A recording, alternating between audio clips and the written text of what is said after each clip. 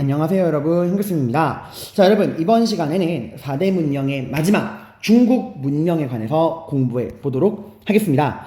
자, 중국 문명은 세 가지의 내용 요소로 구성되어 있어요. 하왕조, 상왕조, 주왕조, 이렇게 세 가지의 내용 요소로 구성이 되어 있는데, 이 중에서 일단 하왕조는 별로 볼 게 없어요. 하왕조는 왜 볼 게 없냐면은 기록은 남아있어요. 이게 이제 기록상에 남아있는 최초의 왕조인데, 이거를 증명할 만한 유적이 아직 실체가 확인이 안 됐어요. 실제로 뭐 얼리터우 유적이라 그래가지고 발견된 게 있긴 한데, 이게 지금도 논쟁 중에 있어. 이게 정말 하왕조의 유적이냐. 그래서 아직은 이거는 정식 교육 과정에서 다루기 좀 어려운 부분이 있다. 그냥 기록상 최초의 왕조다 정도로 보시면 되는데, 이 기록이 어디 나오냐면 사마천. 나중에 여러분이 한나라 공부할 때 배우게 될 거예요. 사마천이라는 사람이 쓴 사기에 나와 있습니다. 아무튼 하왕조는 그냥 기록상 최초의 왕조였다라는 것 정도만 보시면 되고, 그 다음 나오는 게 상왕조, 혹은 다른 말로는 은왕조라고도 하게 되는데, 왜 이름을 우리가 두 개로 부르냐, 이 종족 자체는 상족이에요. 근데 얘네가 이제 근거지를 둔 지역이 황허강의 은허라고 하는 지역이야. 그래서 그 이름을 따서 상나라 혹은 은나라라고도 하는 거예요. 여기 은허 위치에서 위치하게 놓읍시다. 은허가 이 상의 수도였거든. 그래서 상왕조 혹은 은왕조라고 우리가 부르는 거예요. 자, 그리고 이 상왕조는요, 여러분, 기본적으로 청동기로 시작을 합니다. 그리고 우리 모두 알고 있죠. 청동기에 기반하여 만들어진 모든 초기 문명과 국가는 어떤 모습을 띈다? 재정일치, 종교와 정치가 하나가 된, 종교와 정치가 일치, 하나가 된, 그러니까 정치적인 지배자가 종교적인 역할을 함께하는 재정일치의 신권, 혹은 다른 말로는 신정정치의 모습을 보인다라는 걸 알 수 있죠. 근데 이게 이제 우리가 배운 모든 문명이 다 이랬는데, 이 상왕조는 이 정도가 좀 심해요. 그러니까 나라의 모든 중요한 일을 모두 다 점을 쳐가지고 결정을 합니다. 그러니까 뭐 외교, 전쟁, 농사 등등 나라의 모든 중요한 일을 점을 치고 그 점의 결과에 따라서 결정을 했다고 해요. 그러다 보니까 당연히 그 점을 친 결과를 해석하는 그 점술가들의 역할이 굉장히 중요하겠죠. 그래서 이 상왕조는 이 점술가인 정인들, 얘네들이 국가의 지배층으로 군림을 하게 됩니다. 그리고 이 점을 친 거를 어디에 기록하냐? 거북이 등딱지와 소의 어깨뼈에 기록하는데, 이걸 우리가 갑골문자라고 이야기를 해요. 그러니까 그 점을 친 내용을 기록하는 게 갑골문자다. 그러니까 뭐 전쟁이나 농사나 뭐 기후, 뭐 외교 등등 모든 걸 다 기록을 해놨는데, 이거 어디에 기록했다고요? 갑골, 거북이 등딱지, 소의 어깨뼈. 그리고 이게 오늘날에 뭐가 된다? 한자의 원형이 된다 정도. 그래서 이 정도만 기억하시면 돼요. 뭐 그 외에 태음력, 메소포타미아도 태음력이었죠. 그리고 순장의 풍습이 있었고, 청동기 당연히 귀하니까 무기나 제사도구로 썼고, 농기구는 나무나 석기를 썼다. 그래서 상왕조는 상왕조, 은왕조는 은허의 중심지를 두었고, 청동기를 기반으로 한 재정일치의 신권 정치였고, 점술가인 정인들의 역할이 중요했고, 갑골문자가 한자의 원형이 되었다. 이런 정도 기억하시면 됩니다. 자, 그런데 이 상왕조가 이제 멸망하게 되고 주왕조로 바뀌게 되는데, 그 중간 과정에서 있던 일이 조금 중요해요. 이 상왕조의 마지막 왕이 주왕이라는 왕이 있습니다. 근데 이 주왕이 달기라는 여자에게 빠져서 온갖 사치랑 폭력적인 정치를 행해요. 이때 나왔던 게 주지육림이라는 거야. 주지육림, 지, 연못, 술로 된 연못과 고기로 된 숲이라는 건데, 이게 진짜 문자 그대로예요. 그러니까 주왕이 달기랑 노는 과정에서 궁궐 안에다가 정원을 만들고, 그 정원에다가 호수를 판 다음에 거기다가 술을 따라 놓고, 그 위에다가 배 타고 놀면서 술 마시고 싶으면은 그 이제 연못이 술이니까 떠먹고, 그리고 고기도 먹으러 가기 귀찮으니까 요리한 고기를 나무에 매달아 놓고, 이런 식으로 술로 된 연못과 고기로 된 숲을 만들어서 거기서 띵가띵가 노는 거야. 개판이죠. 이러니까 이제 이 주나라에 의해서 상왕조는 결국 멸망당하게 됩니다. 그리고 이 주왕조에 의해서 멸망당하고 쫓겨난 이 상족들은 당연히 정치적인 일은 할 수가 없겠죠. 그래서 이 상족들이 중국 각지를 떠들면서 할 수 있는 일이라고는 물건을 사고 파는 장사밖에 할 일이 없는 거야. 그래서 이때부터 상나라 사람들이 하는 일, 그래서 나온 게 상업이고, 이런 상업에 종사하는 사람들을 상나라 사람, 상인이라고 해요. 그러니까 우리가 오늘 쓰는 상업과 상인이라는 게 이 상에서 여기서 나온 말이라는 겁니다. 그래서 주왕조는 이 상, 은을 멸망시키고 성립이 됐다. 그리고 수도가 되게 중요합니다. 은왕조의 수도는 은어였죠. 그에 반해 주왕조의 수도는 두 개가 나오네요. 호경과 나급 두 가지가 나오죠. 주왕조의 수도는 처음에는 호경, 이걸 다른 말로 시안이라고도 합니다. 호경, 시안에 도읍을 두었다가 나중에 이 동쪽에 있는 나급, 러양으로 수도를 옮기게 돼요. 그래서 초창기에 상대적으로 서쪽에 있던 호경, 시안에 도읍을 두었던 주나라를 서쪽에 있는 주나라라 그래가지고 서주라고 하고요. 이 이후에 상대적으로 동쪽에 있는, 호경에서 동쪽에 있는 나급, 러양으로 수도를 옮긴 주나라를 동쪽에 있는 주나라, 그래서 동주라고 부릅니다. 그럼 왜 수도를 옮기게 됐냐? 이건 중요한 내용이니까 좀 이따 설명을 할게요. 그래서 서쪽인 호경, 시안에 도읍을 둔 서주시대와 동쪽인 나급, 러양에 도읍을 둔 동주시대로 우리가 구분을 하셔야 합니다. 자, 그리고 주왕조는 지도를 보시면은 은왕조에 비해 어때요? 영토가 굉장히 넓어졌죠. 그죠? 은왕조 자체는 여기 이 은어를 중심으로 해서 요 정도 황허강 유역만 지배를 했지만 주왕조는 어때요? 네, 영토가 엄청나게 넓어졌어요. 특히 남쪽으로 어디까지? 오늘날의 청장강, 양쯔강까지 영토가 넓어집니다. 거의 2배 이상 넓어진 걸 볼 수 있는데, 이렇게 영토가 황허강에서 창장강 유역으로 영토가 확장되다 보니 고민에 빠진 겁니다. 이 넓어진 영토를 어떻게 해야 효과적으로 다스릴 수 있을까? 왜냐하면 오늘날처럼 행정 시스템이 발달한 게 아니기 때문에 이걸 다스리는 게 쉬운 일이 아니라는 거예요. 그래서 어떻게 해야 이 넓어진 영토를 효과적으로 다스릴 수 있을까 고민을 합니다. 그러다 보니 결국 왕의 통치력이 미치는 지역은 왕이 직접 다스리지만 그 왕의 통치력이 미치지 않는 그 외곽 지역, 지방은 누구에게 맡겨야겠다? 가장 믿을 수 있는 사람에게 맡겨야겠다. 내가 믿을 수 있는 사람을 그 지역의 제후로 임명해서 그 지역의 토지랑 백성을 내리고 제후로 임명해서 그 지역을 책임지고 다스리게 해야겠다라는 생각을 하게 됩니다. 이걸 우리가 봉건제라고 이야기를 해요. 봉건제. 자, 이 봉건이라고 하는 건 여러분 이거 좀 뜻을 설명해야 되는데 여기다가 써보도록 하겠습니다. 자, 이 봉건이라고 하는 건 합성어예요. 합성어. 뭐랑 뭐의 합성어냐? 잠깐만 좀만 더 옆에다 적을게요. 여기다가 적겠습니다. 이 봉건은 여러분 분봉과 건국의 합성어예요. 분봉과 건국의 합성어입니다. 분봉이라는 건 말 그대로 분, 나눌 분, 봉, 토지봉, 토지를 나누다.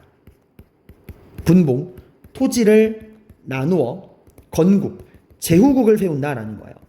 토지를 나누어 제후국을 세운다. 그래서 분봉, 토지를 나누어 해서 봉과 제후국을 세운다의 건. 이래서 분봉의 봉과 건국의 건을 따서 봉건이라는 게 나오는 거예요. 이 개념을 다시 한번 보여드리면, 자, 왕이 있습니다. 이 왕이 이제 모든 지역을 다 다스릴 수 없으니까 왕의 통치력이 미치지 않는 외곽, 그 지방 지역에 누굴 세운다? 토지를 나누어 책임자인 제후를 세우는 거예요.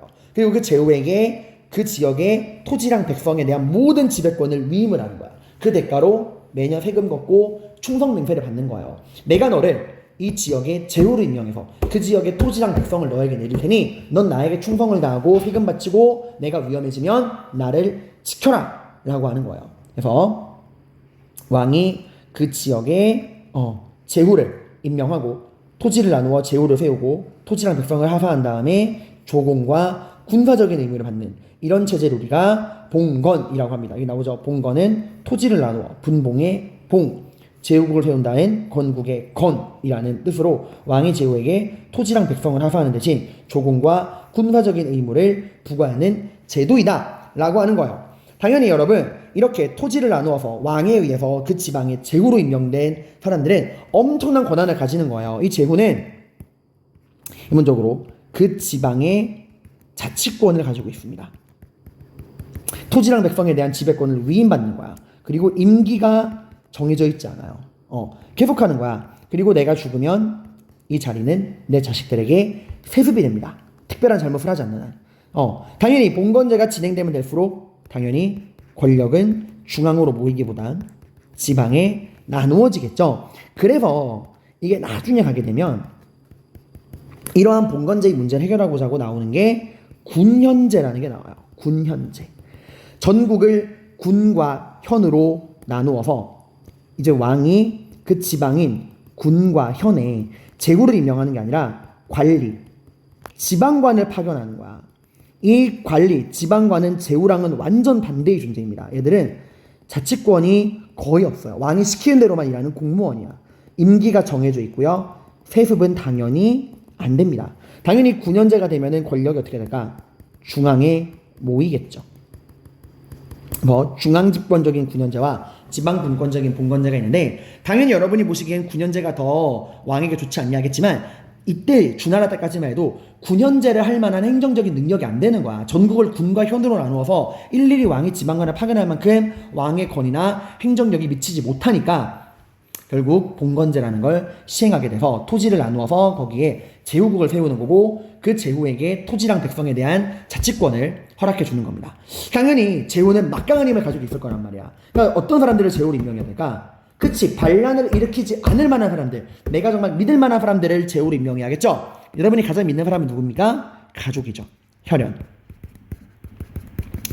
혈연적 봉건제가 나오게 되는 거야. 이게 서양의 봉건제랑 다른 게 서양의 봉건제는 혈연으로 엮이는 게 아니라 서로 간에 왕과 제후 간에 쌍무적인 계약으로 묶인 쌍무적 계약 관계예요. 그래서 서양의 쌍무적 계약에 기반한 봉건제와 우리 주나라의 혈연적 봉건제를 여러분이 구분하셔야 됩니다. 자, 근데 이 혈연 관계를 통해서 봉건제, 왕과 제후의 관계가 형성이 되잖아요. 그리고 이거를 정당화하기 위해서 나온 게 종법 질서라는 거예요. 뭐라고요? 종법. 이 종법 질서는 가족 간의 이 친족 간의 질서를 국가에 가지고 온 거야. 이 말이 무슨 말이냐? 자, 이 종법이라고 하는 게 이제 설명할게요. 자, 종법 질서는 가족 간의 이 친족 간의 관계를 국가에 가지고 온 거야. 자, 봐봐. 종법 질서에선 여러분, 자, 우리 집안의 마지를 장남이라고 그러고 그 장남을 제외한 나머지 둘째, 셋째, 넷째, 나머지 아들을 차남이라고 이야기를 합니다. 그리고 우리 전통적 가족 질서 속에서는 장남은 부모님의 가업을 물려받아서 본가에 지내게 돼요. 하지만 장남을 제외한 나머지 자식들은 성장하면은 집을 나가죠. 분가를 하게 됩니다. 이 질서를 그대로 가지고 오는 거야. 그러니까 왕은 가족으로 따지면 뭐다? 장남이라 이거야. 그러니까 왕은 장남이니까 본가, 수도인 중앙을 다스리는 거고 너희 제후들은 가족관계에 비유하자면 차남이다. 그러니까 너희들이 어디로 가야 한다? 분가하여 지방을 지켜야 한다 라는 논리인 거야. 왜냐면 이게 제후들 입장에선 처음에는 이제 자기를 지방에 토지랑 백성의 자치권을 주는 토지를 나누어서 제후국을 만들어주면 처음에는 고맙겠지만 나중에는 이런 의문이 드는 거야. 왜 난 지방을 다스려야 되지?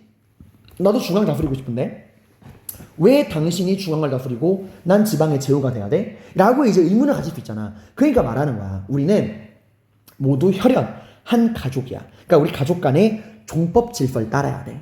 장남이 본가를 지키고 차남이 분가를 하듯 왕인 나는 장남이니까 수도인 중앙을 다스리는 거고 너희 제후는 차남이니까 지방에 가서 제후가 되는 거야. 지방을 다스리는 거야. 라고 말하라는 거죠. 그럼 이제 제후들이 묻는 거죠. 왜 네가 장남인데? 나도 장남 역할을 할 수 있는데 왜 네가 장남인데? 왜 네가 장남으로서 왕으로서 중앙을 다스리는데? 라고 말하니까 뭐라 그러는 거예요? 너 내가 왜 장남 역할인지 알아? 그건 바로 천명. 하늘이 나에게 명령하셨거든. 하늘이 나에게 명을 내렸거든. 그러니까 나는 왕은 하늘의 명으로 천하를 다스린다라는 거예요. 그래서 이 천명을 받은 지배자를 뭐라 그래? 천령을 받은 자. 바로 천자라고 하는 거예요. 천자. 천자. 그래서 중국의 지배자를 우리가 천자라고 부르는 거야. 그럼 이제 말하죠. 왜 하늘은 너에게 천명을 주셨는데? 왜 하늘이 너에게 명령을 내렸네? 라고 말하면 이제 뭐라 그래요? 왜 그런지 알아? 내가 왜 하늘의 명을 받았는지 아니? 나는 덕으로서 나를 다스리니까. 난 덕이 있으니까 천명을 받은 거야. 덕이 있는 자가 천명을 받아 나라를 다스린다라고 하는 덕치주의가 나오게 되는 거예요. 그럼 만약에 이 지배자가 덕을 잃어버리면 천명이 떠나가겠죠. 그러면 밑에 있는 사람이 왕을 몰아내도 잘못이 없는 거야. 그래서 사극이나 이런 데 보시면은 꼭 반란 일으키는 사람들이 뭐라 그래요? 지금의 왕이 부덕하여 덕을 잃어 천명이 떠나갔으니 내가 그 천명을 계승하겠다 라는 식으로 이제 명분을 세우잖아요. 이런 데서 나오는 거야. 그래서 주나라는 넓어진 영토를 효과적으로 다스리기 위해서 혈연적 봉건제를 가지고 왔고, 이 혈연적 봉건제 속에서 왕과 제후의 관계를 가족 간의 친족 질서에 대입한 종법 질서, 그리고 천명과 덕치라고 하는 걸로 왕의 권위를 정당화했다라는 거고요. 그 다음에 이런 말랑말랑한 걸로만 지방을 맡기진 않아. 제후를 100% 믿는 건 아니니까 이 제후들을 감찰하기 위해서 감관이라는 것도 파견하게 됩니다. 이게 그 천재 교과서에 나오는 15개정에서 추가된 내용이에요. 그리고 정전제라는 것도 실시하게 됩니다. 정전제. 자, 이 정전제라고 하는 건 이거예요. 자, 덕치주의.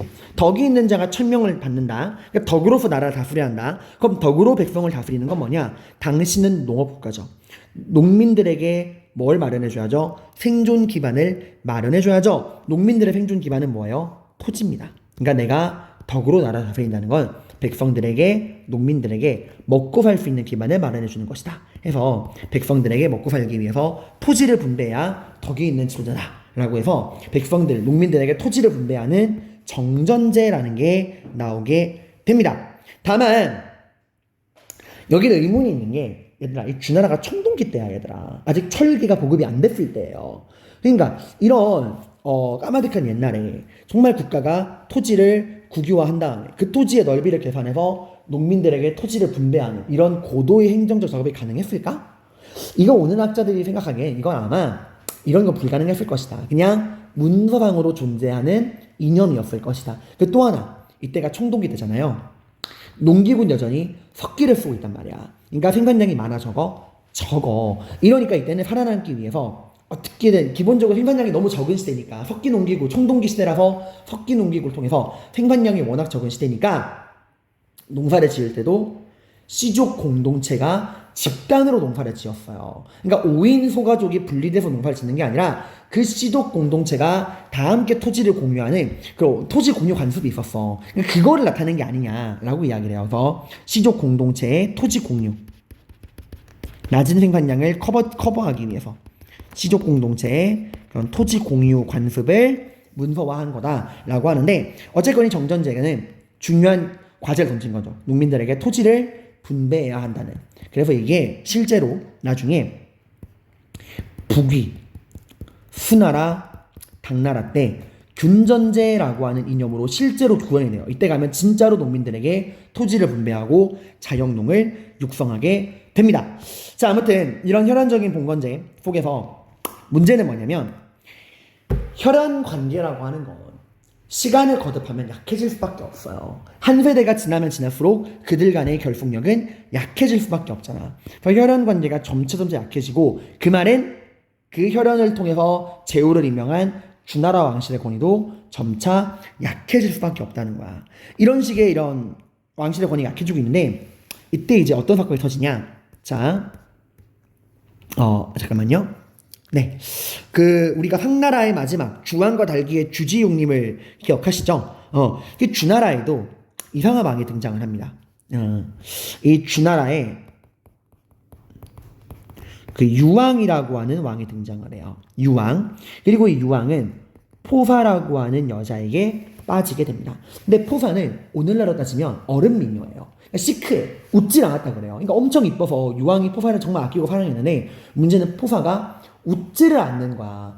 그래서 전국에 있는 뭐 개그맨, 광대들 다 불러서 코미디 빅리그도 열어보고 별걸 다 해봐도 피식하고 웃지도 않는 거예요. 그래서 유황이 아니 입을 다물고 있어도 이렇게 이쁜 여자가 활짝 웃어주면 얼마나 아름다울까 라고 생각을 한 거야. 그래서 포사를 웃기고 싶어서 노력을 하게 되는데 웃지 않는 거죠. 그러다가 어떤 일이 있었냐, 당시에 이제 그 외적의 침입을 알리는 봉화가 있는데 이 유황이 실수로 봉화를 잘못 올린 거야.